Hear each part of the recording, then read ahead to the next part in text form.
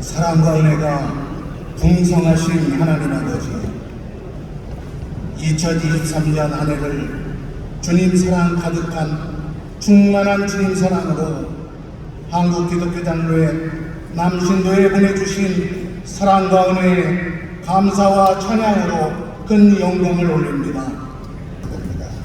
이 시간은 충신교회 수고하시는 이도옥 목사님을 통하여 다음 세대라는 제목으로 말씀 주실 때 큰 은혜 받으시기 바랍니다. 우리 목사님 나오실 때 큰 박수 부탁드립니다. 할렐루야, 아멘. 주님의 이름을 찬양합니다.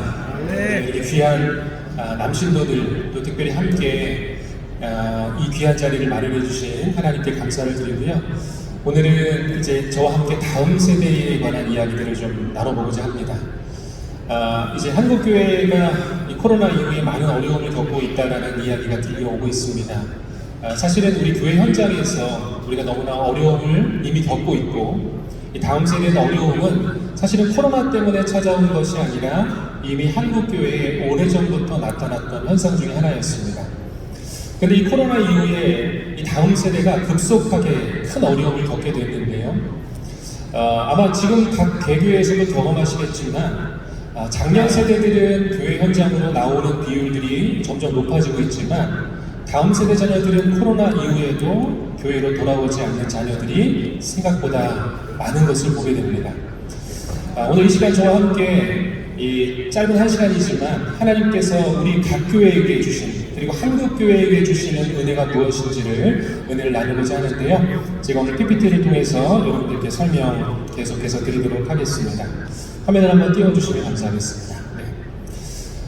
제가 생각하고 있는 이 교회는 서울에 있는 용산구입니다. 이 용산구에는 이 철길이 지나는 이 철길 통로가 있는데요. 이 철길이 기차가 지나다니다 보면은 이 위에 있는 안전바가 내려오게 됩니다. 근데 어느 날 제가 이 철길을 산책하다가 우연하게 이 안전바가 내려오는 장면을 메시지를 보게 되었습니다.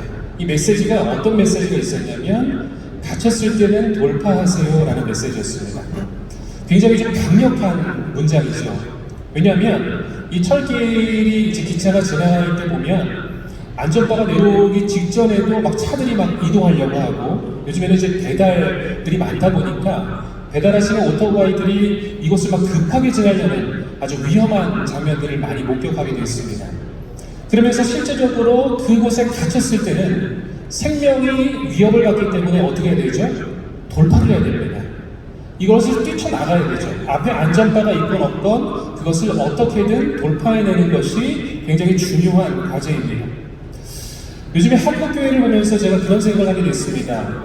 이 불확실한 시대를 살아가는 한국교회, 이 한국교회가 지금 우리가 해나가야 될 것은 무엇인가? 바로 돌파하는 것입니다.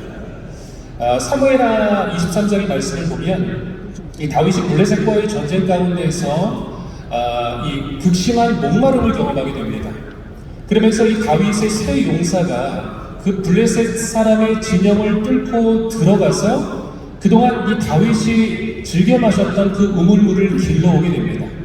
사실은 굉장히 무모했던 일이고 위험했던 일이었습니다. 그러나 생명이 걸려 있었기 때문에 그 세 용사는 다윗의 목마름을 위해서 그 블레셋 진영을 돌파한다라는 성경 구절이 적혀 있습니다.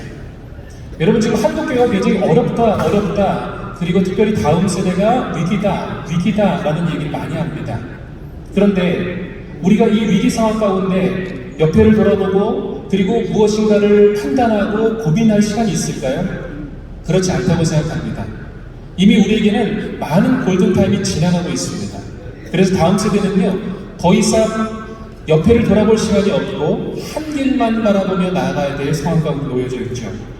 그래서 한국교회에게 지금 필요한 키워드가 무엇이냐, 특별히 다음 세대에게 필요한 키워드는요, 돌파입니다. 돌파. 무엇인가를 뚫어내는 겁니다. 지금 이 위기의 상황을 극복하고 새롭게 회복하는 것이 중요하다는 것이죠. 여러분 기업의 용어 중에 피보팅이라는 용어를 혹시 들어보신 분이 계신지 모르겠습니다. 이 피보팅이라는 것은 무엇이냐면 그 기업이 가지고 있는 자원, 그 자원을 방향을 잘 바꿔줘서 그 방향성을 다시 한번 이 세상이 원하는 흐름으로 바꾸어가는 것, 그것이 바로 피보팅이라는 용어입니다. 이것을 한국교회로 적용한다면 어떻게 적용할 수 있을까요? 우리 교회가 가지고 있는 좋은 자원들이 있습니다. 그리고 좋은 전통들이 있습니다. 우리 교회가 가지고 있는 좋은 재원들이 있습니다. 그 재원들을 바꾸는 것이 아닙니다. 그것들을 잘 활용해서 하나님이 원하시는 이 세상 가운데 소금과 빛이 될 수 있는 다음 세대를 길러내는 것, 그것이 바로 우리 교회에 하나님께서 원하시는 피보팅이 아닌가라는 생각을 합니다. 이제 코로나 이후에 이 다음 세대와 작년 세대의 회복률이 극명하게 차이가 나고 있는데요. 작년 세대는 지금 예배 회복률을 약 85%를 보이고 있습니다. 그런데 문제는 여기 있습니다. 다음 세대들이 교회로 잘 돌아오지 않는다는 것입니다. 여러분의 교회는 어떠신지 모르겠습니다. 지금 한국 교회는 다음 세대가 회복되지 않는 비율이 높게 나타나는 것을 보고 있죠. 그러니까 작년 세대는 교회로 많이 돌아왔지만 다음 세대들은 교회로 돌아오지 않고 있는 것을 보게 됩니다. 이 원인이 어디 있을까요? 이 원인은 바로 30, 40대의 연령대가 우리가 주목해봐야 될 요소가 많이 있습니다. 그러니까 작년 세대 중에서, 특별히 젊은 다음 세대 중에서 교회를 가장 지금 출석하지 않는 세대가 어느 세대일까요? 바로 3040, 그러니까 청년 세대, 그리고 우리 다음 세대의 부모 세대인 3040 세대가 교회를 가장 많이 돌아오지 않고 있다는 설문조사가 있습니다. 그런데 이 지난주에 예배를 드리지 않은 연령도 30, 40대가 가장 높은 연령대를 차지하고 있고요. 또한 이 교회 학교의 위기를 해결할 수 있는 방법은요, 많은 이야기를 합니다. 시설, 그 다음에 지도 교육자를 훈련시키고 교사를 헌신을 강화하고 많은 요인들이 있지만 결국에는 중요한 것은 가정에 있는 부모들을 마음들을 변화시키고, 특별히 30, 40대 지금 신앙적인 가장 위기를 맞이하고 있는 그들의 믿음과 신앙을 변화시켜주는 것, 그것이 이 한국교회의 위험을 탈출할 수 있는 가장 큰 원인이라고 합니다. 여러분, 이 교사를 확보하기가 굉장히 어려운 시대가 됐습니다. 요즘에 교회학교 교사로 봉사하세요 라고 물어보면 특별히 청년들은 교회학교 교사로 봉사하기를 매우 어려워합니다. 더군다나 요즘에 이제 연말이 되면 교역자들이 가장 두려워하는 말 중에 하나가, 목사님에게 이런 말씀들이 많이 하시죠. 목사님, 전도사님, 장로님, 저 교사 올해까지만 하겠습니다. 내년도에 더 이상 못할 것 같아요. 너무 바쁩니다. 교사를 하겠다는 사람보다 교사를 그만두겠다는 사람이 훨씬 더 많아지고 있는 상황입니다. 그렇다면 이런 위기들을 우리가 어떻게 극복해낼 수 있을까요? 많은 분들이 이런 이야기를 합니다. 바로 자녀의 신앙 지도를 위한 부모 교육에 집중하고 또 교회 사역에 대한 시각을 우리가 변화시키는 것이 굉장히 중요하다. 그동안 우리가 열심히 해왔습니다.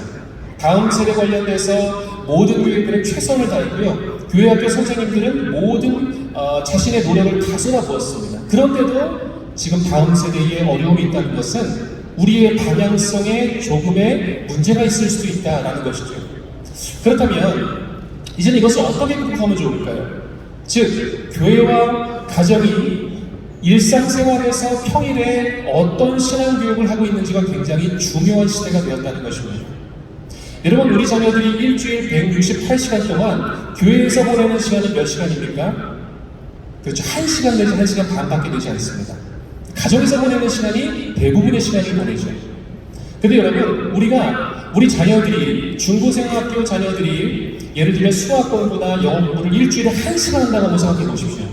어떻게 생각하십니까? 부모님들이 난리가 납니다. 걱정이 되죠. 염려가 됩니다. 왜냐하면 이 아이들이 지금 이제 한참 공부해야 될 때에 주요한 과목을 일주일에 1시간밖에 공부하지 않는다면 굉장한 위기의 상황입니다. 그런데 우리는 일주일에 1시간 성경 공부하는 것을 아무렇지도 않게 생각합니다. 당연한 것이지. 일주일에 주일 성수하는 것으로 충분하지 않은 착각 가운데 빠져 있다는 것이죠. 여러분, 이것이 정상적인 상황일까요? 전혀 그렇지 않습니다. 그래서 제가 오늘 보여드리는 이 통계를 보면서 저는 참 눈물이 날 때가 많습니다. 왜냐하면 이제 2020년도에 다음 세대의 한국의 인구를 조사할 때에 547만 명 정도의 이 인구가 조사가 됐습니다. 그런데 이제 앞으로 7년 뒤입니다.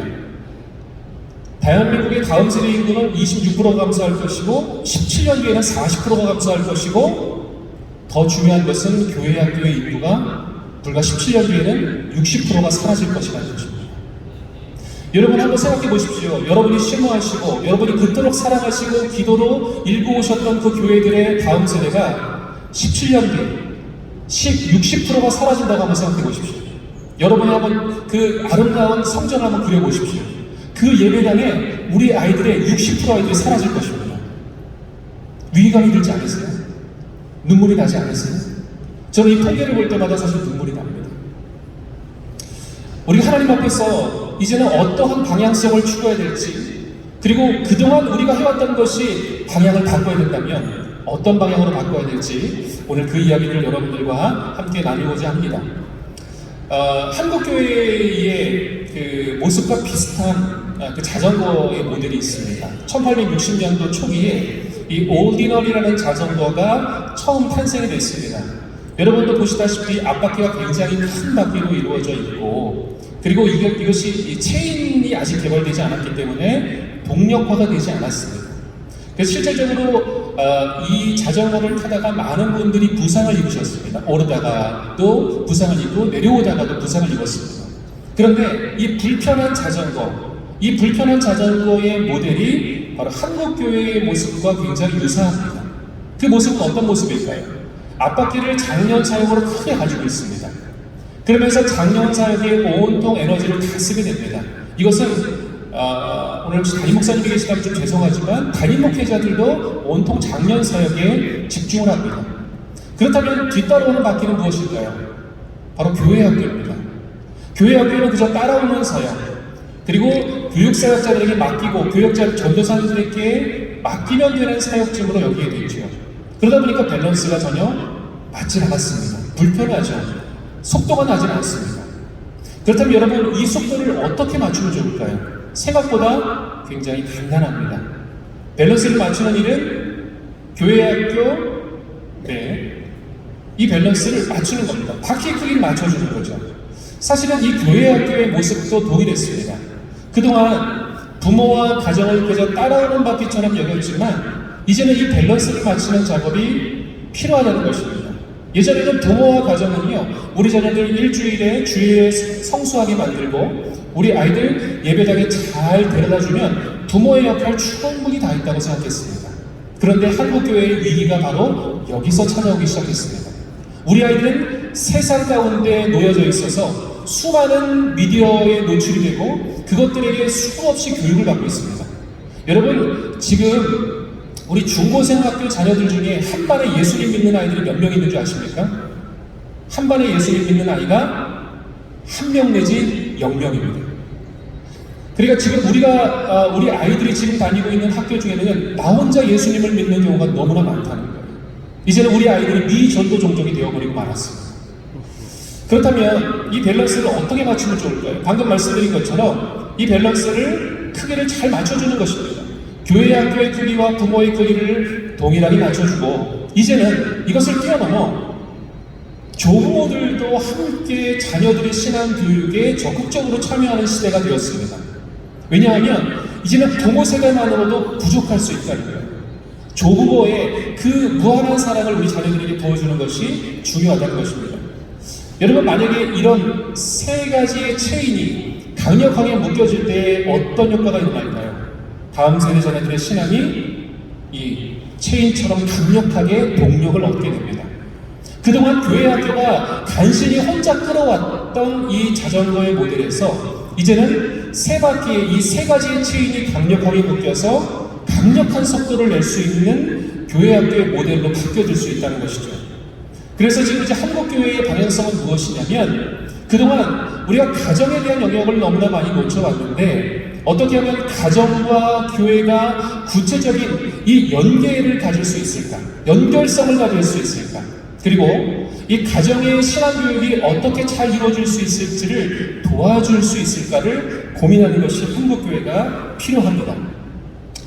그리고 제가 이제 이론에 대한 이야기들이 좀 있는데요. 좀 어려운 얘기는 이제 한두 가지만 하고 이제 본격적인 실예를 여러분들께 좀 들어드리겠습니다. 사실 한국 교회보다 이제 미국 교회가 여러 가지 사역 부분에서 빠르게 전개되는 것들이 좀 있습니다.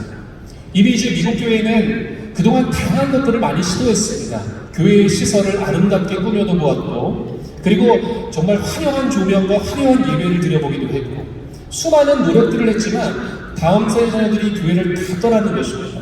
결국에는 미국 교회가 돌아온 것이 무엇이냐면 수많은 시설들 그리고 수많은 화려한 예배들을 다 이제는 내려놓고 가정과 교회가 어떻게 하면 연결될지를 고민하기 시작했다는 것이죠. 이것이 미국 교회가 2000년대 초반 때부터 했던 일입니다. 이 교회와 가정사역에 대한 아주 중요한 정의가 있는데요. 이 티머스 폴존스 목사님이라는 분이 교수님이시기도 한데 이분이 이런 이야기를 하셨습니다. 가능하신 분들 한번 같이 한번 읽어주시면 너무 감사하겠습니다. 시작. 가정사역이란 자녀의 제자 훈련에 주된 책임을 지고 있는 부모를 일깨우고 훈련시키고 책임지게 하기 위해 교회의 정책과 사역을 의도적으로 그리고 지속적으로 재조정하는 과정이다. 굉장히 많이 좀 복잡합니다. 제가 영어를 좀 해석하다 보니까 복잡해졌는데 이것을 제가 조금 더 풀어서 말씀을 드리겠습니다. 가정사역이라는 것은 무엇이냐? 우리가 보통 가정사역이라고 하면 회복사역을 많이 생각합니다. 아버지 학교, 어머니 학교, 그리고 뭐 가정회복사역 등 이런 회복사역의 가정사역이라는 단어를 가두어두기가 쉽습니다. 그런데 이 가정사역이라는 것은 무엇이냐면 교회의 전체적인 목회의 철학들의 방향성을 새롭게 부모와 자녀 그리고 가정과 교회가 함께하는 다음 세대를 키워내는 목회를 말하는 것이죠. 그래서 자녀 훈련을 주된 책임을 지고 있는 사람들이 누구인지를 제대로 알려줘야 됩니다. 많은 교회들이 그동안 착각을 했습니다. 교회 학교의 교역자들이 다음 세대의 믿음을 책임지리라고 착각해왔습니다. 아닙니다. 우리가 이것을 바꿔내야 됩니다. 그동안 우리가 교역자들에게 맡겨서 어떤 좋은 일이 많이 일어났습니다. 그러나 지금 다음 세대를 대학교, 청년 올라가면서 교회에 얼마나 많이 남아있을까요? 아닙니다. 방향을 바꿔내야 됩니다. 부모를 깨워야 됩니다. 우리 자녀의 신앙의 주된 책임이 교역자에게, 교회학교 선생님에게 있는 것이 아니라 나에게 있다라는 책임감을 갖는 거죠. 그것을 교회가 지속적으로 깨워줘야 됩니다. 처음에는 부모님들이 굉장히 부담스러워하세요. 목사님, 굉장히 부담스럽습니다. 장로님, 너무 힘들어요. 제가 직장 생활도 바쁘고 우리 자녀들 신앙교육 잘 시키라고 교회학교 선생님, 교역자들 세워드린 거 아닙니까? 제 책임 저는 다 하고 있습니다. 아이들 주일 성수 잘 시키도록 노력하고 있습니다. 여러분, 우리가 이 인식을 바꿔주는 것이 중요합니다. 그래서 부모를 일깨우고 훈련시켜야 되고 그 부모들에게 당신들에게도 책임이 있습니다. 당신들이 첫 번째 책임을 갖고 있습니다라는 의식을 심어줘야 됩니다. 그래서 우리 장년분들께 제가 부탁드리는 것이 바로 이 뒷부분입니다. 교회의 정책과 사역을 어떻게 해요? 의도적으로, 지속적으로 재조정해 나가시는 것이 필요하다는 것이죠. 이제 한 가지 이론에 대한 어려운 이야기 하나를 마무리하고 이제 본격적인 좀 실례의 예를 여러분께 드려드리도록 하겠습니다. 한국 교회가 다음 세대 사역 가운데서 여러 가지 모델들을 지금 갖고 있습니다. 이미 이 교회와 가정의 연계의 중요성을 깨닫고 이 다음 세대와 함께 드리는 온세대 예배, 세대 통합 예배 이런 예배들을 이미 시도하는 교회들이 아마 많이 있으실 겁니다. 근데 지금까지 한국 교회들은요, 이 맨 왼쪽에 보이시는 프로그램 사역의 모델에 같이 있었습니다. 끊임없이 이벤트를 만들어냅니다. 아이들이 예를 들면 성경학교 이제 시즌 돌아오죠. 이벤트를 만들어줍니다. 아이들이 은혜 충분히 받았습니다. 근데 그 은혜 얼마나 갈까요? 아이들 일주일, 2주일이면 그 은혜 다 쏟아냅니다. 학교 현장에 돌아가면, 학원 현장에 돌아가면 그 은혜 다 잃어버립니다. 그것을 끊임없이 만들어왔던 것이 프로그램 사역 모델입니다. 그렇다면 이것을 어떻게 바꿔낼까요? 가정 기초 모델입니다. 전 세대가 함께 연결되고 그 다음에 가정의 커리큘럼이 함께 만들어지면서 우리 아이들이 평상시에도 하나님의 말씀을 계속 듣게 되는 것입니다. 일주일에 한 번 하나님 말씀 듣는 것이 아니라 일주일에 매일매일 하나님의 말씀과 임재 가운데 젖어드는 것, 그것이 바로 이 가정의 기초 모델을 만들어내는 작업이고요. 그 다음에 이제 가정의 구비 모델이라는 것은 무엇이냐면 우리 부모님들에게 사명감을 주는 것입니다. 당신들이 가정의 신앙교사입니다라는 확신을 가질 수 있도록 교회에서 지속적인 훈련을 시켜주는 것입니다. 그때 어떤 변화들이 일어날까요? 교회에 놀라운 변화들이 일어나기 시작합니다. 이제 물론 네 번째 모델을 보시면 이 네 번째 모델은 좀 이상적인 모델에 사실 가깝습니다. 가정 통합 모델이라고 해서 온 세대가 모든 예배뿐만 아니라 뭐 성경 공부까지 같이 하는 모델이지만 조금 이상적인 모델에 가까운 것이 사실입니다. 이제 미국에서 이 D6 운동이라는 것이 이루어지고 있는데요. 아까도 말씀드린 것처럼 이 D6라는 것은 신명기 6장, 즉 부모의 신앙 교사됨을 지속적으로 선포하는 운동이 미국 교회에서부터 일어나고 있습니다. 그런데 실질적으로 이 D6 운동을 하고 있는 다음 세대를 열심히 키웠던 교회들이 지금 미국 교회에 엄청난 성장과 부흥을 일으키고 있습니다. 그러니까 많은 교회들이 다음 세대들이 다 떠났습니다. 예배의 화려함, 그리고 뭐 좋은 스타 강사들, 유명한 분들을 모셔서 교회를 이끌어갔지만 우리 자녀들이 교회를 다 떠났거든요. 그런데 이 D6 운동을 한 교회들이 지금 다음 세대 자녀들이 굉장히 견고하게 세워지고 있는 것을 보게 됩니다. 지금 사실은 한국 교회도 이런 열매들이 많이 맺히고 있는 것을 보게 됩니다. 이 D6의 CEO이신 로넌터 목사님이 이런 이야기를 하셨습니다. 우리 교회의 30%의 부모들이 자기의 영적 성장에 함께 참여한다면 교회는 어떤 모습으로 변화할 것인가? 여러분, 이 이야기가 무엇이냐면 바로 부모님들이 내가 가정의 신앙교사입니다, 주중에 내가 우리 자녀들의 신앙을 책임지겠습니다 라고 할 때에 교회가 어떤 변화들이 일어날까라는 이야기입니다. 그래서 오늘 저는 저희 교회의 이야기의 사례들을 조금 조심스럽게 여러분들께 말씀드리고자 합니다. 물론 한 교회에서 일어난 현상이기도 하겠지만 지금 사실은 많은 교회들이 이 부모의 신앙교사됨을 실천하고 있고요. 그리고 실제적으로 교회 학교에 많은 부흥의 역사들이 일어나고 있는 것을 보게 됩니다. 이제 저희 교회가, 제가 살고 있는 교회가 이 부모를 교육하기 시작한 때가 한 13년 정도 전입니다. 그러니까 이제 10년 정도 이상의 시간이 흘렀죠.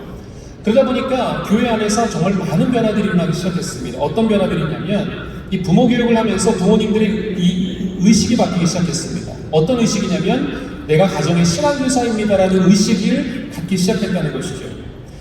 이 과정의 내용들을 조금 간단하게 살펴드리면 신앙교사로서의 부모들을 계속해서 끼우는 작업을 합니다. 그러면서 이제 내용을 살펴보면 학부모의 정체성, 당신들이 기독 학부모입니다라는 정체성을 심어드리고 자녀와 함께 평상시의 대화를 어떻게 할 것인가, 그리고 기독 학부모의 세계관과 학업관을 바꿔주기 시작합니다. 사실은 크리스찬이라고 할지라도 부모님들이 너무나 세속적인 학업관을 갖고 있습니다.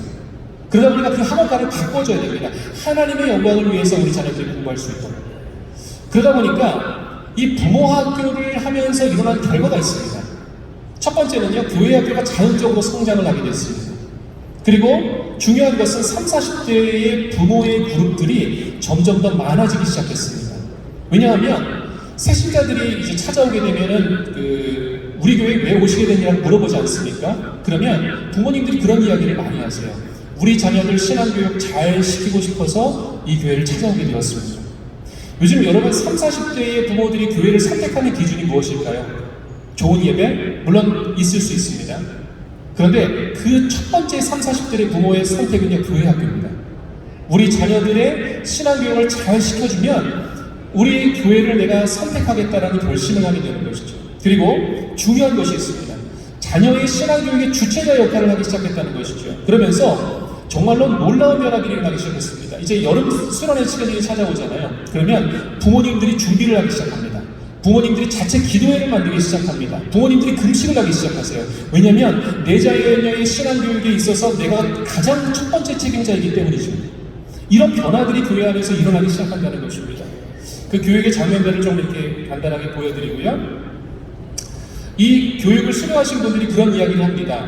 예전에는 가정에서 여행을 가게 되면 30, 40대의 부모님들이시죠. 맛집을 찾아가고 좋은 장소, 멋진 곳을 찾아가기가 바빴습니다. 그런데 이제는 가족여행을 시작해도 부모님들이 생각이 바뀌었습니다. 예배를 드리고 시작하는 겁니다. 하나님, 이 여행 가운데 함께하여 주시옵소서. 우리 가정에 좋은 것들, 좋은 사람들 만나게 하여 주시옵소서. 이제는 완전히 가족 여행이 바뀌기 시작합니다. 예수님 중심의 이 여행으로 바뀌기 시작한다는 것입니다. 이것이 부모 교육을 할 때 일어나는 일이죠. 그리고 우리 가정에서 아빠를 축복하고 아빠의 생신을 축복하는 가정 예배가 막 일어나기 시작하면서 가정에 많은 변화들이 일어납니다. 특히 청소년 자녀들이 굉장히 변화가 많이 어렵습니다. 그런데 이 청소년 자녀와 함께 예배를 드리면서 우리 자녀들의 마음이 녹아져 내리는 그런 따뜻한 가정의 문화로 바뀌기 시작한다는 것입니다. 그러면서 이제 그런 고민을 하게 됐습니다. 부모를 교육시키고 나니 부모님들이 그런 요청을 저희한테 한 것이죠. 목사님, 더 좋은, 우리가 부모로서 더 많은 실천들을 어떻게 하면 좋을까요? 라고 물어보셨습니다. 그래서 그 다음 프로그램을 준비했던 것이 바로 가정예배학교라는 것입니다. 가정예배라는 생각을 하셨을 때 여러분 어떤 생각을 하십니까? 이 가정예배는 그냥 교회에서 잘 드리라고 권면해주면 가정에서 각자 알아서 잘 드리는 것이지 라고 생각하실 수 있습니다. 그러나 여러분, 가정예배는요, 훈련이 필요하고요, 그리고 그 장애물들을 없애줘야 됩니다. 우리 장로님들이 워낙 신앙들이 좋으시기 때문에 충분히 말씀을 인도할 능력이 있으십니다. 그런데 우리 30, 40대의 부모님들은 말씀을 인도하기가 너무 어렵다고 합니다. 그리고 시간이 부족하대요. 그래서 그것들을 어떻게 하면 훈련시킬 수 있을지를 교회에서 프로그램을 제공하는 것이 굉장히 중요합니다. 그래서 이 내용을 좀 간단하게 살펴보면 가정예배를 실제로 어떻게 드릴 수 있는지 훈련을 시켜주는 것입니다. 그래서 이 가정예배가 어떻게 하면 우리 가정을 변화시킬 수 있을지에 대한 이야기를 하게 되는데요. 이 가정예배 학교를 진행하고 나서 어떤 일이 일어났냐면 각 가정마다 가정예배를 열심히 드리기 시작한 것은 물론이고, 그리고 각 가정마다 가정예배의 다양한 모델들을 찾아내기 시작했습니다. 여러분, 가정예배에 11가지의 모델이 있다는 것 생각해 보셨는지 모르겠습니다. 보통 우리가 가정예배하면 전통령 가정예배를 떠올리거든요. 그렇죠. 말씀 중심, 찬양 중심. 그런데 가정예배는 엄청난 다양한 모델이 있습니다. 독서 중심, 그리고 묵상 중심, 암송형, 최근에는 성경 필사형 가정예배를 드릴 수 있습니다. 이런 다양한 가정예배를 이 30, 40대 가정들에게 소개해주면요, 가정예배를 정말 잘 드리기 시작합니다. 왜냐하면 애들이 가정예배를 너무나 기다리기 때문이죠. 그런 가정예배를, 재미있는 가정예배를 어떻게 만들어줄 수 있을까? 이제 한 가정의 간증입니다. 이 가정 이제 사진 보시면 정말 어린아이가 있습니다. 자녀가 심지어 3명입니다. 근데 이 가정이 가정예배 학교를 진행하고 나서 이런 고백을 하셨어요. 저의 모든 걱정이 사라졌고 가정예배에 대한 저의 틀이 깨어지기 시작했습니다. 그러면서 이 아이들과 함께 가정예배를 드리기 위해서 모였을 때에 하나님께서 우리와 함께 해주심을 경험했고, 그리고 그 눈물의 씨앗을 잘 가꾸고 지켜나가야겠다는 고백을 하기 시작했습니다. 그러면서 어떤 일이 일어났냐면, 이 희원이라는 아이인데요, 이 유치원에 다니는 이 아이가 그 당시 이제 코로나가 한참 심각할 때에 이제 가정예배를 이제 드리게 된 것이죠.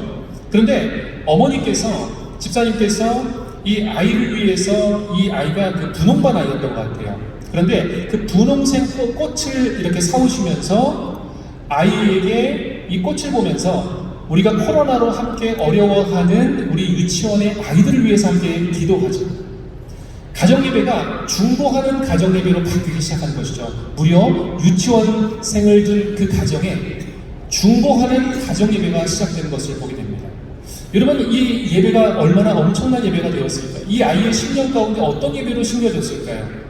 그러면서 이 가정예배를 드리면서 다양한 교회에서 프로그램들을 좀 제공했습니다. 캠핑을 갖고 아이들한테 다양한 프로그램들을 제공했습니다. 청년 가정들과 함께 참여하고, 그리고 심지어는 저렇게 영화도 이 예배에 참여했습니다. 프로그램에. 그 장면들을 좀 이렇게 간단하게 보여드리겠습니다.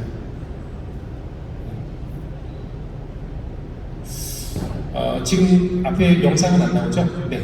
이 아이가 이제 가정예배 캠프를 가서 이제 암송 구절을 외우는 장면이었습니다. 그렇다면 우리가 구체적으로 교회 학교의 현장에서 어떻게 이런 가정과 교회가 연계할 수 있는 프로그램들을 만들어낼 수 있을까요? 아이고, 네, 영상이 나왔네요.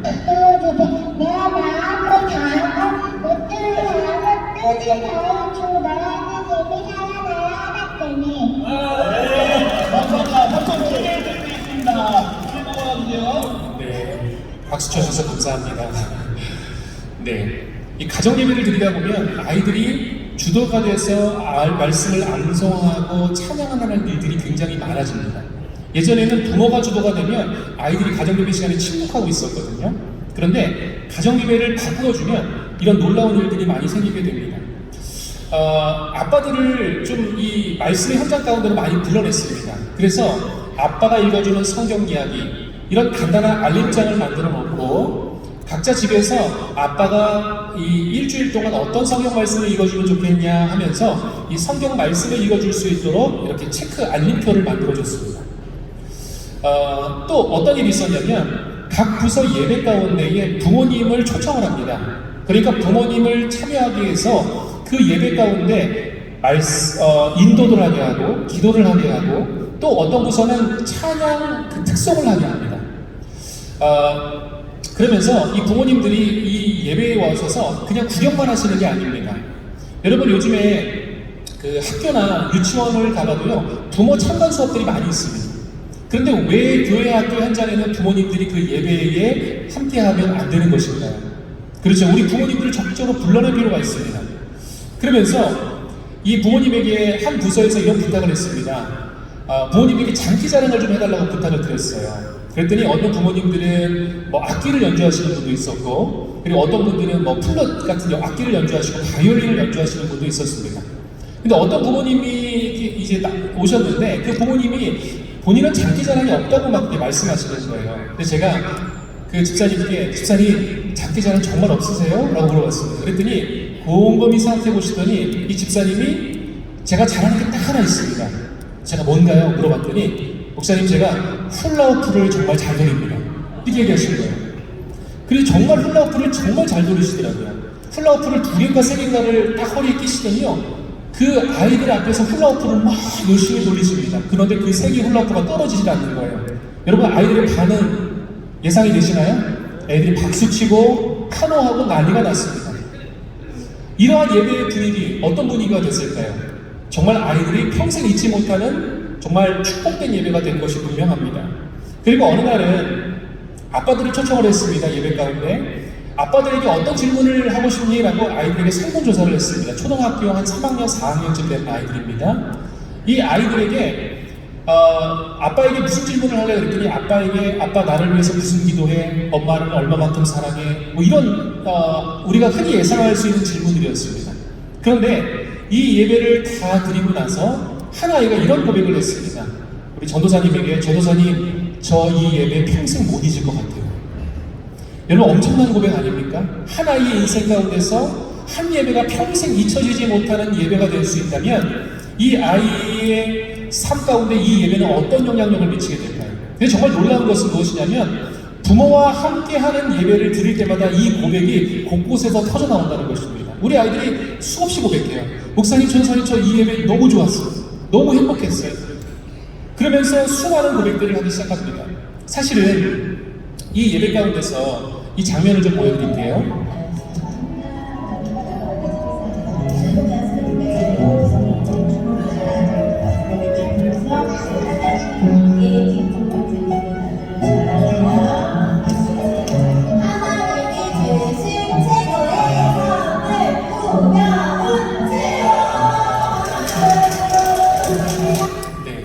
지금 보시면 아시겠지만 이건 유아부입니다. 저희 교회에서는 5살, 6살, 4살에 5살이거든요. 4살에 5살 아이들인데 가만히 보시면 대부분 이제 부모님을 초청하면 엄마가 오신다는 것을 우리가 알고 있습니다. 근데 여러분 눈치가 빠르신 분들은 아셨겠지만 옆에 아빠가 있을까요? 없을까요? 아빠들이 있습니다.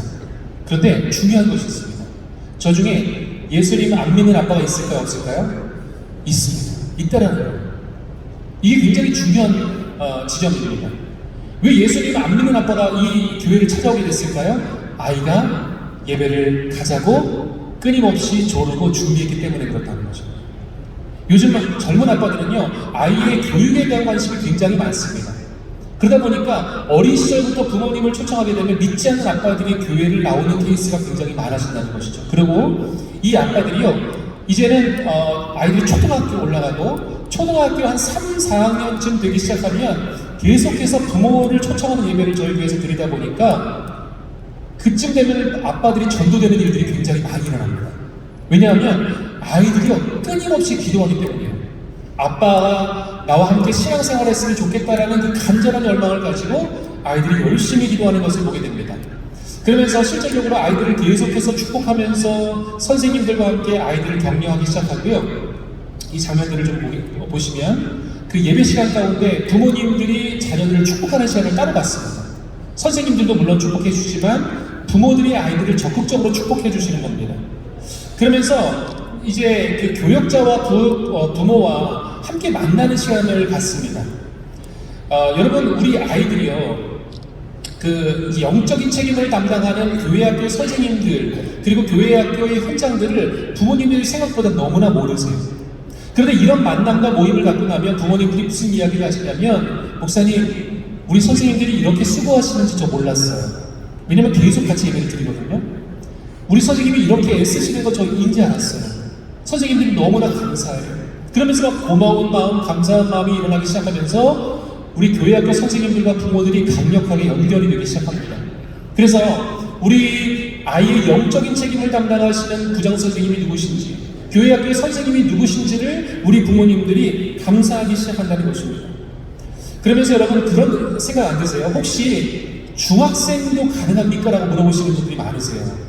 근데 저희 교회에서 어린 시절부터 이 부모와 함께하는 예배를 드리기 시작한 아이들이요, 중학생이 되어서도 여전히 이 예배를 부모님과 함께 드리는 것을 힘들어하지 않는다는 것입니다. 가끔씩 그런 아이들이 있어요. 사춘기가 좀 심각한 아이들은요, 목사님들이 찾아와서 협박을 합니다. 목사님, 이번 주에 저희 엄마 오면 저 예배 안 나갈 거예요. 이런 협박을 하는 아이들이 분명히 있습니다. 그런데 그럼에도 불구하고 그 아이들이 교회 예배를 안 나오냐? 그렇진 않더라고요. 물론 적극적으로 초등학생 저학년처럼 부모님들이 참여하진 않습니다. 조금 뒤에서 머물러서 참여하시지만 결국에는 중학교, 고등학교들도 부모님들과 함께 예배를 드리는 것을 전혀 싫어하지 않는다는 것입니다. 여러분, 혹시 이 장면이 어떤 장면이신지 좀 감이 오시는지 모르겠습니다. 저기 이제 서 있는 남자 청년이 22살의 청년 선생님이십니다. 여러분, 주변에 둘러싸인 아줌마들 보이세요? 죄송합니다. 이 아줌마들 보이세요? 이 청년 선생님이 저 아줌마들 사이에서 무엇인가를 이야기한다는 것은 굉장히 쉽지 않은 일입니다. 제가 물어봤어요. 청년 선생님한테, 괜찮으셨어요?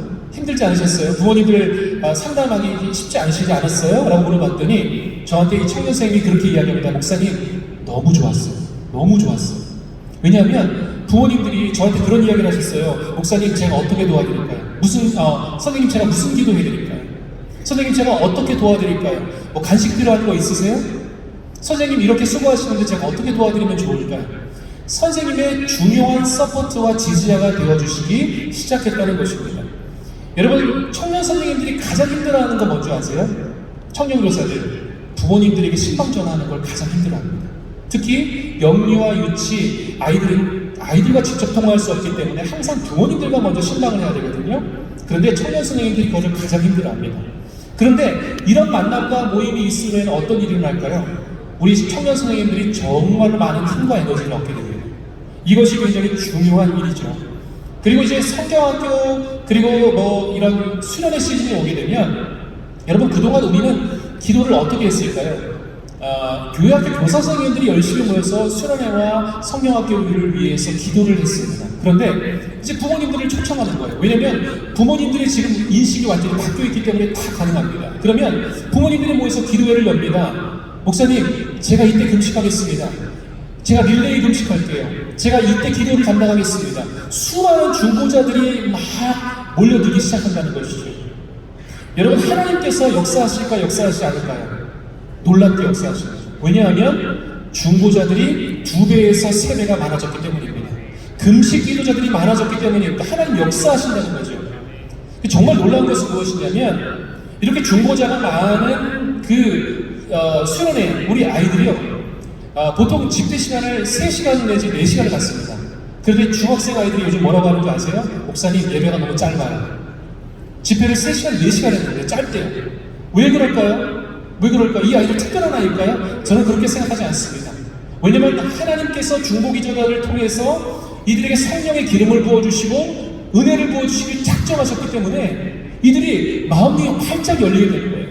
그래서 예배가 3시간, 4시간 집회를 했는데 1시간 집회를 하고 나서 아이들 2, 3시가 되어야 간신히 잠을 재웁니다.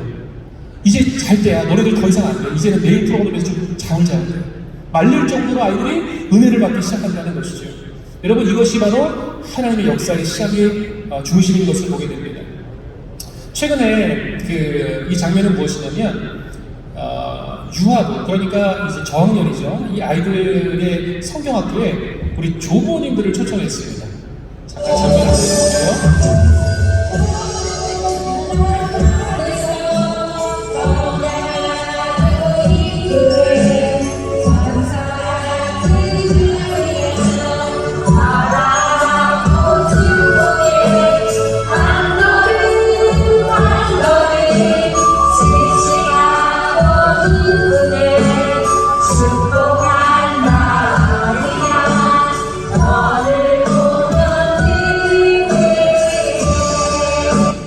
지금 보신 장면이 우리 조모님들을 성경학교 예배에 초청해서 특송을 부탁을 했습니다. 저희가 한 달 정도 전부터 우리 조모님들에게 아이들을 축복할 수 있는 메시지를 적어달라고 했어요.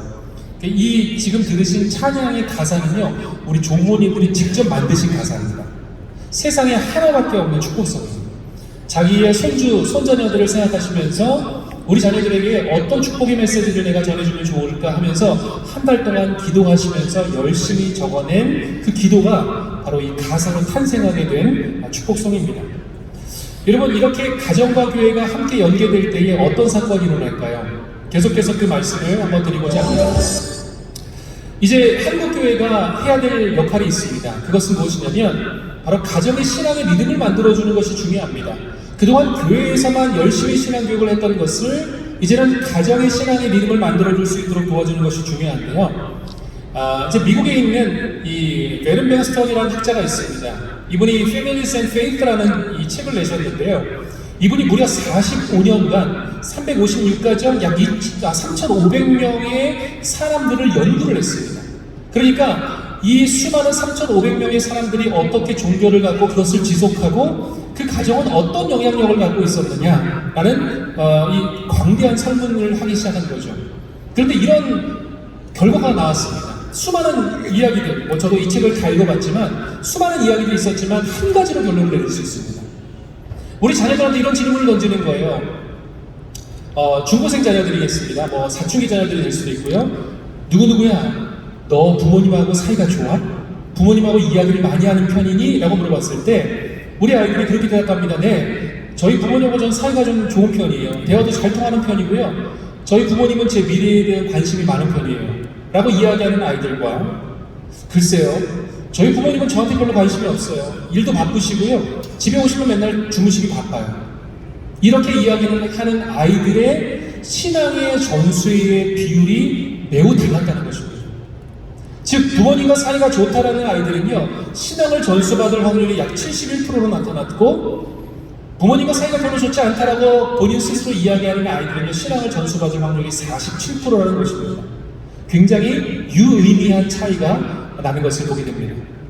그러면서 이분이 이런 결론을 내리셨어요. 신앙전수의 신요소는 과연 무엇일까? 우리가 신앙전수가 어려운 많은 이유를 댑니다. 신앙이 세속화되고 있고, 포스트 모던이 찾아오고 있고, 동성애 이슈가 찾아오고 있고, 수많은 이야기들을 합니다. 그러면서 이 세상이 너무나 악해져가고 있습니다 라는 이야기를 합니다. 그런데 이 미국 사회가 정말 수많은 변화들이 있었거든요. 정치적으로, 경제적으로 엄청난 변화들이 있었습니다. 그런데 그것과 관계없이 신앙을 지키는 세대들이 있다는 겁니다. 그 원인이 무엇일까요? 바로 영어로는 이모셔널 바운드라고 하는데 정서적인 유대감, 따뜻함입니다. 여러분, 우리 중고생 자녀들이 5월달이 무슨 달이죠? 가정의 달이라고 흔히 여겨집니다. 그런데 중고생의 자살률이 제일 높은 달이 언제인 줄 아세요? 5월달입니다. 왜 가정의 달 때 가장 높은 자살률을 보일까요? 바로 중간고사의 그 결과가 나오기 때문이죠. 그러니까 우리 아이들이 끊임없이 내 가정에서 내가 받는 대우, 그리고 내가 받는 이야기는요, 학교와 학원에서 듣는 이야기하고 똑같은 이야기입니다. 너가 받았던 등급이 몇 등급이기 때문에 너의 존재 가치는 몇 등급이야. 가정에 와서도 부모님들이 똑같은 이야기 해주는 거예요. 엄마가 너를 위해서 얼마나 애쓰는지 몰라. 그렇게 할 거면 때려쳐.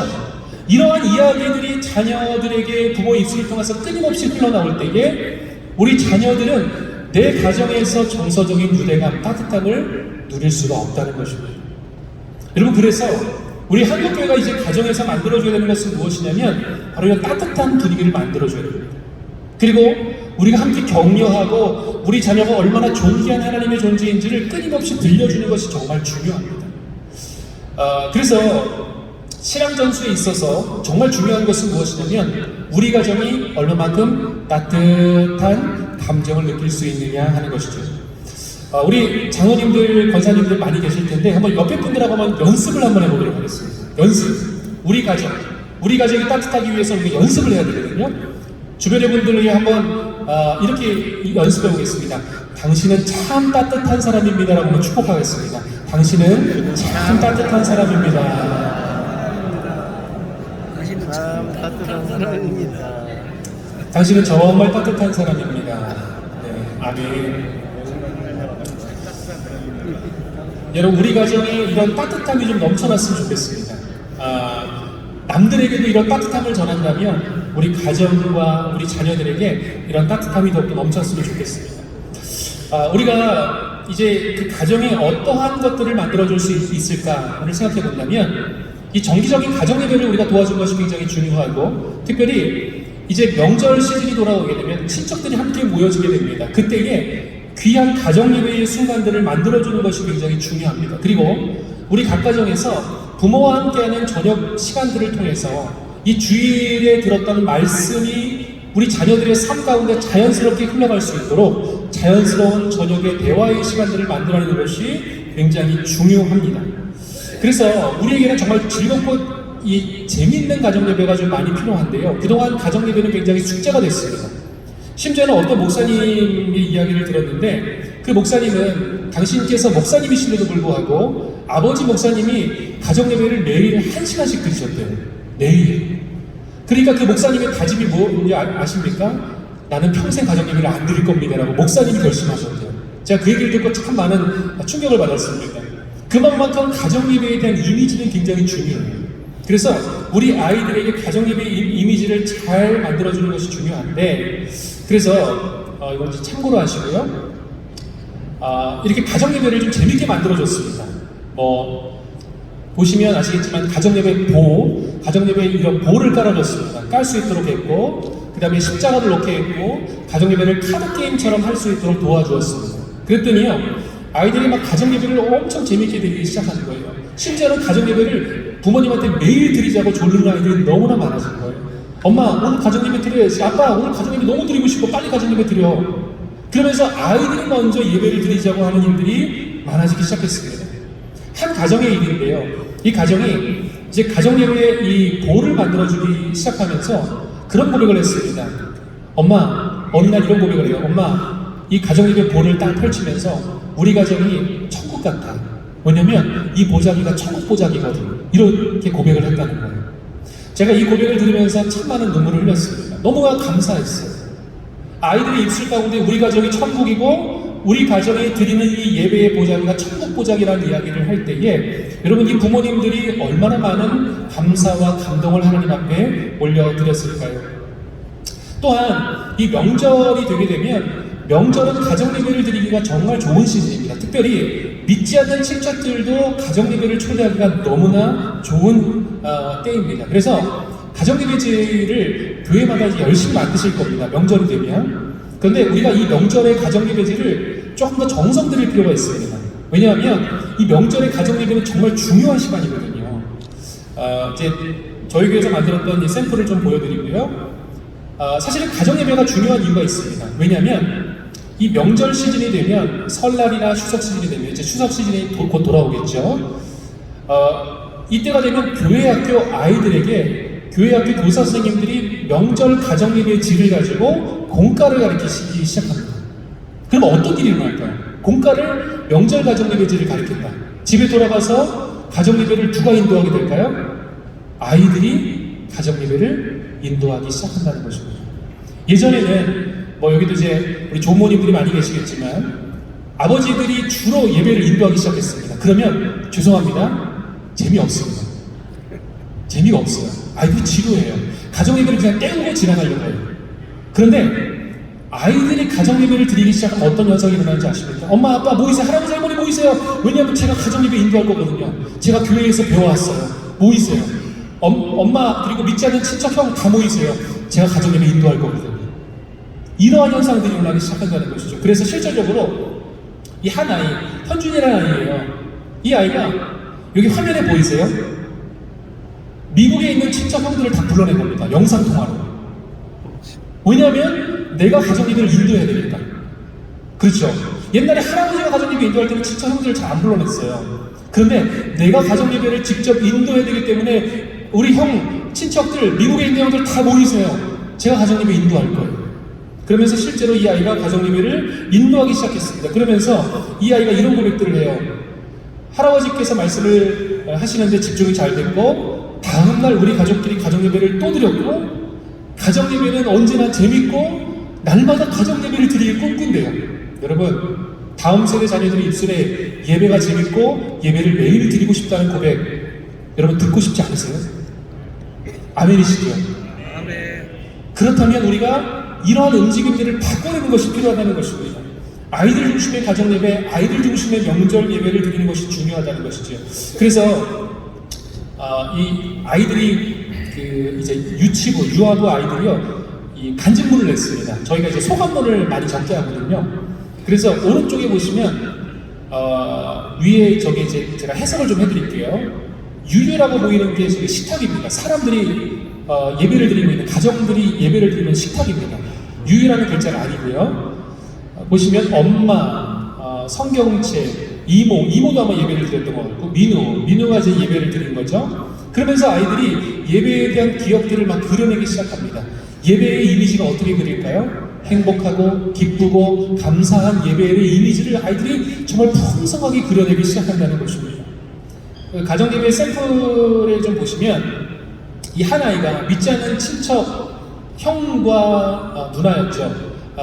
예배를 함께 드리게 됐습니다. 그때 이제 믿음을 가지신 우리 권사님 할머니가 눈물을 흘리시게 된 거예요. 우리 형 믿지 않는 그들을 위해서 교회를 좀 다녔으면 좋겠다라고 권면을 했다는 것이죠. 그러면서 이 아이가 오랫동안 기억에 남을 가정 예배입니다라고 이야기합니다. 이 아이의 마음 가운데는 평생 잊지 못할 하나님께서 허락해 주신 눈물이 있는 가정 예배의 역사를 허락해 주신 것을 보게 됩니다. 또 한 아이의 간증인데요. 이 아이는요, 초등학교 6학년입니다. 그런데 이 아이가 부모님이 예수님을 믿지 않는 아이였어요. 그런데 교회에서 명절 때 가정 예배를 드려야 된다는 것을 배웠어요. 그리고 공과 시간에 본인이 배우는 거예요. 그러니까 너무 가정 예배를 드리고 싶은 열망이 커지기 시작했어요. 그러면서 부모님과 함께 가정 예배를 드리고 싶어서 이 아이가, 여러분이 오늘 지금 화면에 강의를 보시면서 보고 있는 이 PPT, 파워포인트를 만들어냈습니다. 우리 가정이 가정 예배를 드려야 되는 이유 라면서 부모님 앞에서 발표를 하기 시작한 거예요. 엄마, 아빠, 제가 가정 예배를 드려야 되는 이유를 부모님들께 설명해 드릴게요. 그러면서 12장인가 13장짜리 그 파워포인트 PPT를 직접 만들어서 부모님 앞에 발표를 하기 시작했어요. 여러분, 믿지 않는 그 두 분의 부모님 가정 예배 드렸을까요? 안 드렸을까요? 드렸어요. 이 아이가 부모님 앞에 간절히 설득을 하고 간절히 애원을 했기 때문에 부모님이 그 소원을 들어주셨어요. 그리고 명절 때마다 가정 예배를 계속해서 드리고 있을 뿐만 아니라 저는 확신하는데 이 두 부모님 반드시 예수님 품으로 돌아올 줄 믿습니다. 왜냐하면 이 아이 때문에, 이 아이의 믿음과 신앙 때문에 부모님이 예수님을 믿게 되는 영접하는 역사가 일어날 줄로 믿습니다. 여러분, 이런 일들이 일어나는 거예요. 교회에서, 가정에서 수많은 가정의 역사, 예배의 역사, 은혜의 역사, 이런 수많은 역사들이 일어나기 시작하면서 가정들이 막 행복해지기 시작합니다. 예배로 행복해지고 말씀으로 행복해지는 놀라운 역사들이 일어나기 시작합니다. 네. 제가 이제 요즘에 이 다음 세대의 영역들을 함께 고민하면서 연구하면서 아주 중요한 영역을 발견하게 됐습니다. 그것이 바로 조부모의 영역입니다. 이미 미국에서는, 미국 교회들은 이 조부모에 대한 영역을 굉장히 주목하고 있고 많은 연구를 하고 있습니다. 우리는 보통 이 조부모의 역할은 그저 아이들을 열심히 기도해주고 우리가 해줄 수 있는 것들을 잘 돌봐주면 된다라는 영역에 머무르기가 쉽습니다. 그런데 이 조모는요, 정말 무조건적인 이 하나님의 사랑과 가장 닮아 있습니다. 그러다 보니까 이 하나님의 사랑이 어떻게 하면 우리 자녀 손들에게 끊임없이 흘러갈 수 있을까를 함께 고민하는 것이 굉장히 중요합니다. 여러분, 성경 말씀에 보면 하나님께서 아브라함과 이삭과 야곱의 하나님이라는 말씀이 약 104번이 나옵니다. 그러니까 하나님의 관심은요, 이 3대 신앙 전수에 굉장한 관심을 기울이고 계십니다. 사실은 하나님은 천대에 이르기까지 너희들의 신앙이 이 후손들에게 물려갈 수 있기를 간절히 원하고 계시죠. 저희 교회에서 이 조모님들에게 설문조사를 좀 했습니다. 조모님들에게 신앙 전수에 대한 인식을 좀 여쭤봤는데요.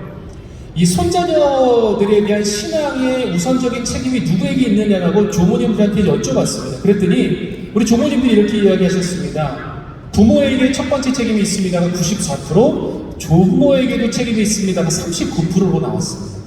깜짝 놀랐습니다. 너무나 높은 퍼센테이지가 나왔기 때문이죠. 그런데 여러분 보십시오.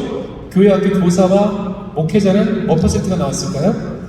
13%, 7%밖에 나오지 않았습니다. 이것은 이제 아마 저희 교회가 그동안 가정과 교회가 얼마나 중요하고 부모 교육이 얼마나 중요한지를 계속해서 가르쳤기 때문에 이제 조모님들 깨닫기 시작하신 거예요. 아, 그렇지. 우리가 어떻게 하는 것이 정말 중요하구나 라는 것을 깨닫기 시작하셨던 것을 보게 됩니다. 그러면서 우리 조모님들한테 여쭤봤어요. 무엇이 필요하세요? 그랬더니 조부모로서 신앙을 지도할 수 있는 역량을 구비할 수 있도록 좀 교회가 도와주세요. 우리 자녀들에게 내가 해줄 수 있는 게 기도밖에 없습니다.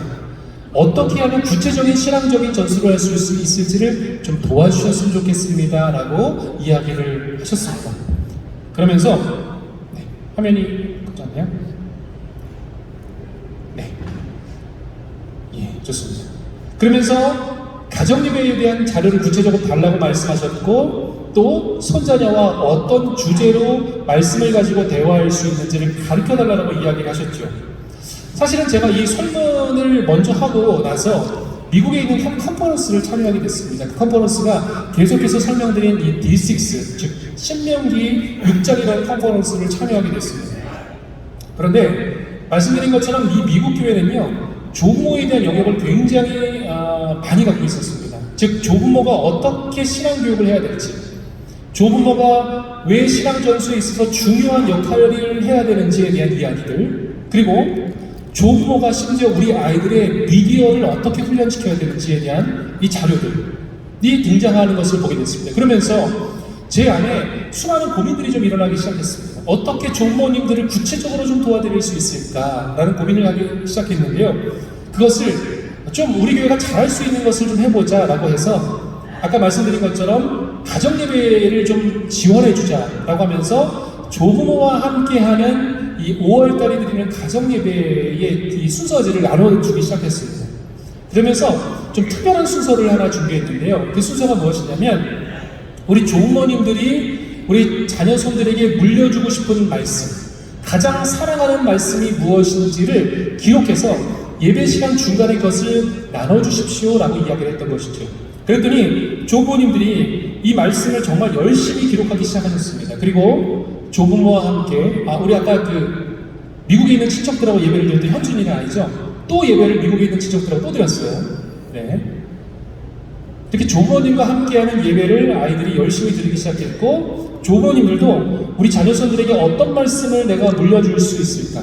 요한복음 3장 16절, 그렇죠?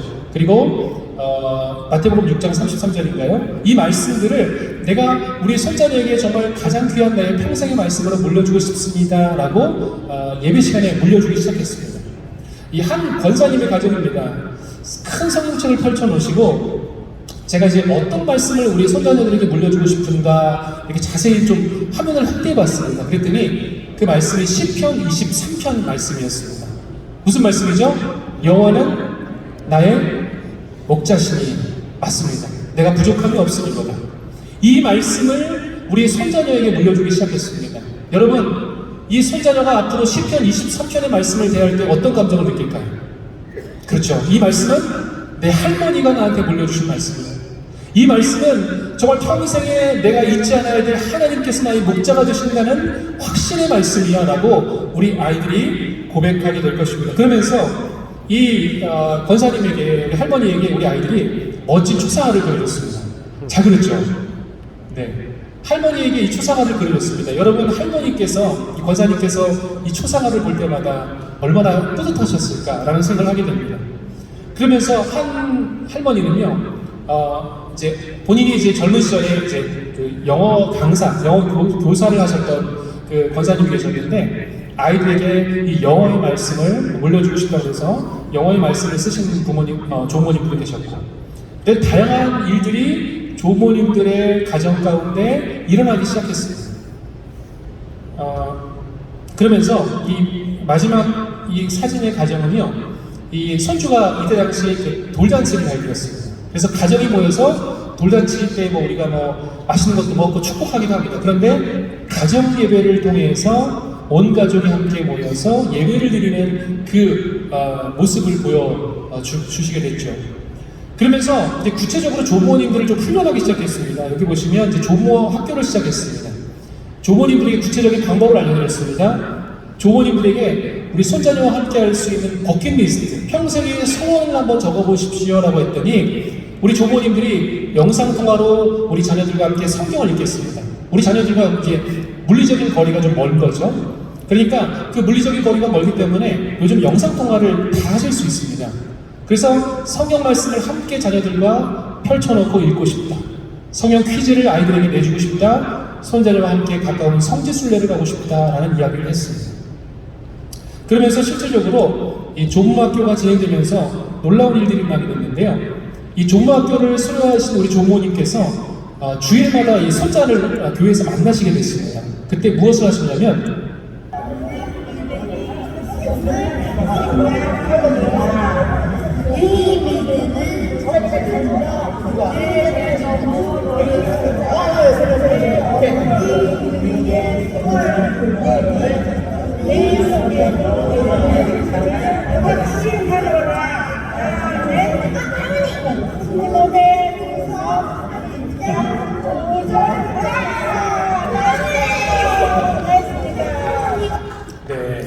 네, 박수 감사합니다. 네, 감사합니다. 이 아이가 이제 교회 학교에서 한 주간 그 외워야 하는 암송 구절, 그 암송 구절이 나오잖아요. 우리 조모님께서 이 조모학교를 나오시고 나서 내가 자녀의 그 신앙 전수에 어떻게 함께 할 수 있을까를 고민하시다가 그래, 일주일 매주마다 내가 우리 자녀와 함께 이 성경 말씀을 암송해야겠다라고 결심하신 거예요. 여러분, 어떤 효과가 일어났을까요? 첫 번째, 치매 예방의 효과가 일어났습니다. 두 번째는 우리 손자녀가 우리 조모님과 함께 성경 말씀을 암송하는 것을 너무 행복해한다는 거예요. 너무 행복해한다는 거예요. 여러분, 일주일 동안 여러분도 아시겠지만 이 조모님께서 잘 외워지지 않는 이 암송 구절을 외우기 위해서 얼마나 많은 노력을 하실까요? 그렇죠? 왜냐하면 손자녀하고 내가 이 말씀을 암송해야 되기 때문에 일주일 동안 이 말씀을 달달 외우시는 거예요. 달달 외우시는 거예요. 그러면서 자녀를 위해서 기도하고 손자녀와 함께 이런 암송의 기쁨의 순간을 갖는 모습들을 보게 됐습니다. 그러면서 이 조모님들을 어떻게 더 교회를 좀 초래할 수 있을까를 고민하기 시작했죠. 그러면서 저희가 이제 아까 말씀드린 것처럼 부모님을 예배 가운데 초청을 했다면 이제는 조부모님들과 함께 예배 가운데 더 한번 초청해보자. 그래서 조부모님들을 예배 시간으로 불러냈고요. 그 예배 시간에 어떤 일을 하게 되냐면 1일 교사를 맡게 되었습니다. 그랬더니 놀라운 일이 일어났습니다. 우리 교회 학교 선생님들은 이렇게 교환을 열심히 준비를 안 하시거든요. 그래서 조부모님들은요, 이 교환을 얼마나 열심히 준비하시는지 모르겠습니다. 정말 빽빽히 준비하셨어요. 요즘 교회 학교 선생님들 교환 죄송하지만 잘 준비 안 하십니다.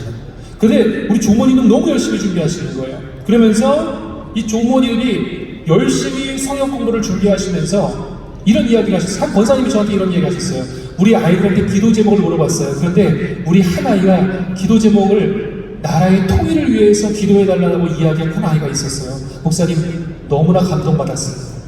오히려 권사님이 일일 교사로서 은혜를 끼치러 가셨는데 은혜를 받고 돌아오시는 역사가 일어난 거죠. 여러분, 얼마나 행복했을까요? 그러면서 보이시죠?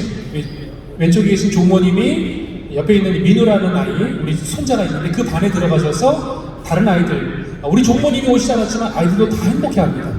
그러면서 조모님들이 함께 말씀을 가르치고 아까 말씀 암송 구절 외웠던 우리 조모님, 권사님 계시고요. 이 조모님들이 열심히 참여를 해주셨습니다. 네. 이렇게 오셨고요. 네.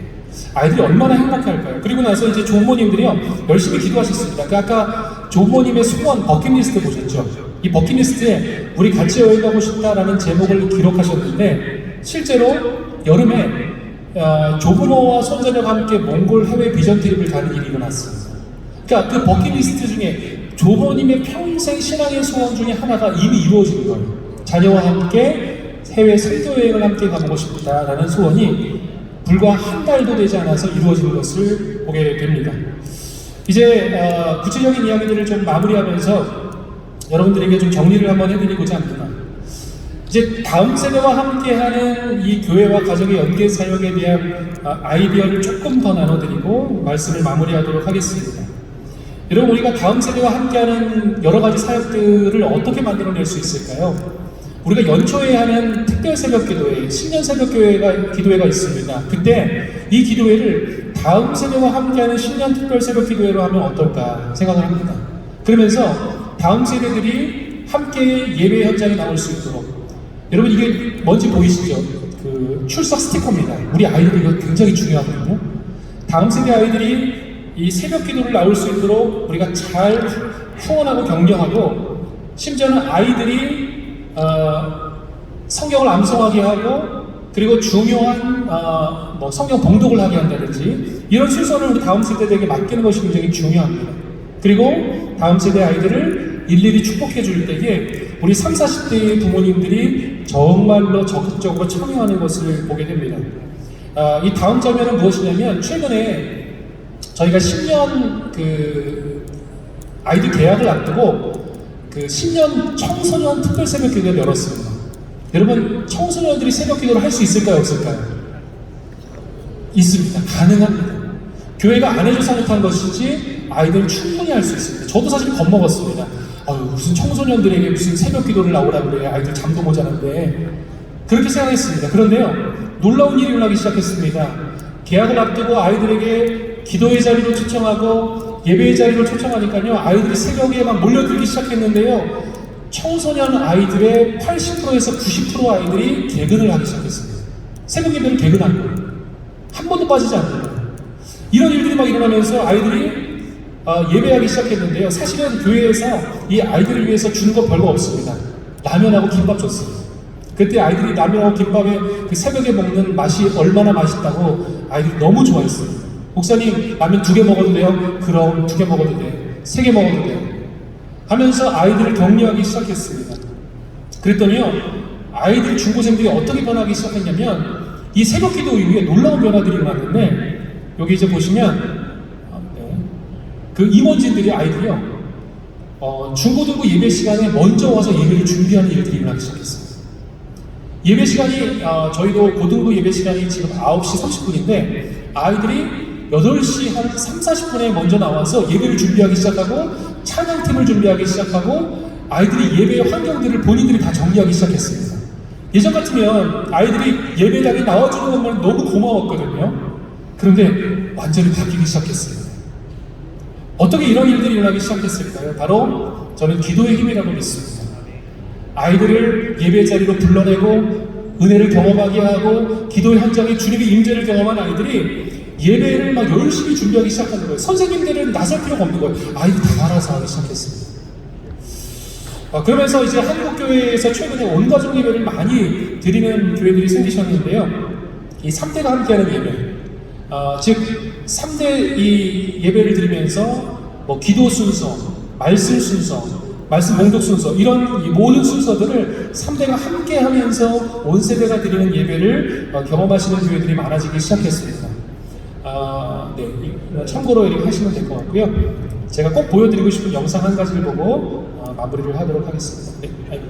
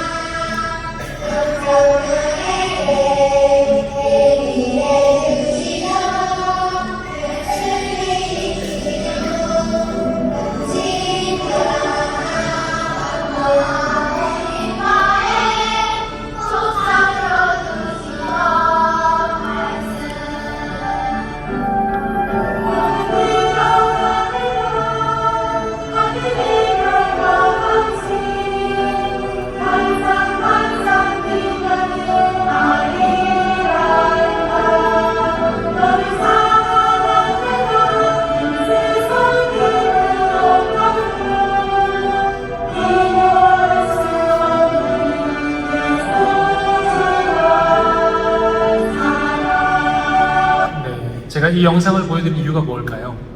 보통의 교회 학교라면 아이들이 예배 시간에 나와서 재롱잔치를 합니다. 그렇죠?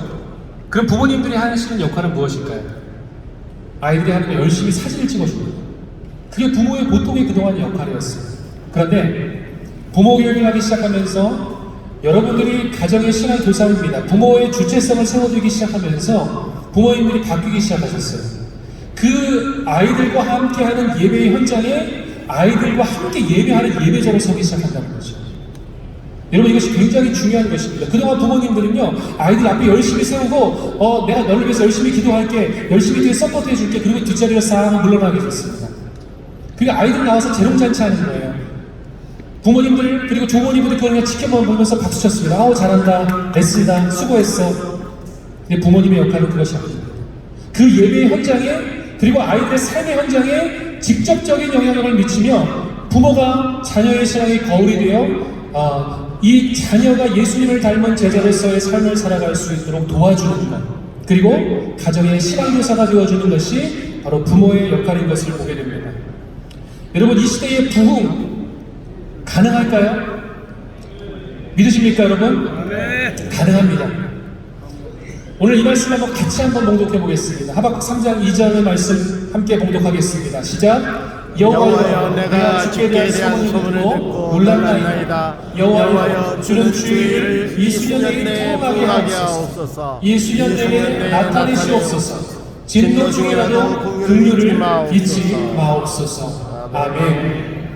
여러분, 한국교회가 점점 쇠퇴한다라고 이야기합니다. 그런데 그것은 하나님의 뜻이 아닙니다. 하나님의 뜻은 어디에 있을까요? 이 땅 가운데 다음 세대 자녀들의 믿음과 신앙이 살아나고 여러분의 아름다운 믿음의 신앙의 유산이 우리 자녀손들에게 흘러가기를 하나님 기뻐하고 원하고 계십니다. 그렇다면 이제는 그동안 한국교회가 가져왔던 이 방향성을 어떻게 하면 좋을까요? 바꿔내는 것입니다. 그동안 우리가 이 교회학교 중심적으로 가져왔던 이 방향성을 다시금 하나님이 원하시는 그 성경의 원한대로, 신명기 6장의 원한대로 바꾸어서 이 땅 가운데 우리 교회학교의 다음 세대 가운데 하나님의 부흥의 역사를 우리가 함께 기도해야 될 줄로 믿습니다. 간절히 바라기는 이곳에 참여하신 모든 지교회 가운데, 각교회 가운데 하나님의 그 부흥의 역사, 특별히 다음 세대가 아름다운 믿음의 신앙의 유산을 물려받으실 수 있기를 우리 주님의 이름으로 간절히 축복합니다. 제가 기도하겠습니다.